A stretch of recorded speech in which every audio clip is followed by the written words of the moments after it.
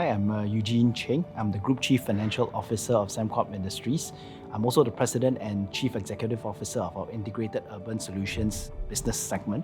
I'm very proud to be a part of the Sembcorp legacy because back in the 90s and going into the early 2000s, there was this push to have a centralized petrochemical industry in Jurong Island, which would have been a key driver of the Singapore economy. From Sembcorp Industries, we are very privileged to have been invited to provide central utilities for all the inhabitants of Jurong Island. I joined Sembcorp in March 2021. At that point in time, we set ourselves a target to grow our renewables capacity from 2.5 gigawatts back then to 10 gigawatts by 2025. Today, our operating portfolio plus our pipeline has reached 18 gigawatts. We would set a new target of 25 gigawatts by 2028. And hopefully we will be able to get there. We do think that the energy transition will be nuanced. Gas will continue as a transitionary fuel, probably longer than expected.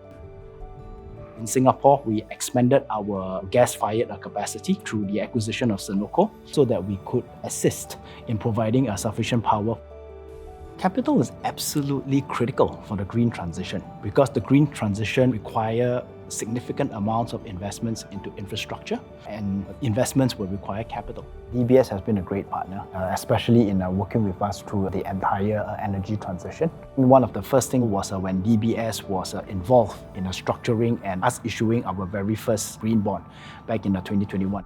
The second element was our acquisition of Sembcorp.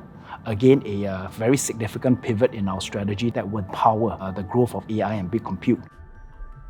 DBS also has added value in terms of their own view of Sembcorp's carbon emissions and how they think we potentially could look at solutions in the short term as well as in the longer term to reduce the emissions. The team also kept in mind Sembcorp's strategic journey.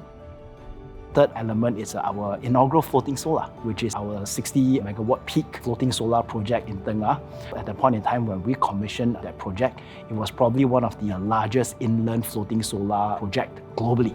Well, I would say that the energy transition is going to be a long one. I think having partnerships along this transition journey is very, very important to helping players like Sembcorp Industries to understand trends so that we will be able to develop the appropriate solutions to help them, of course, financed by DBS.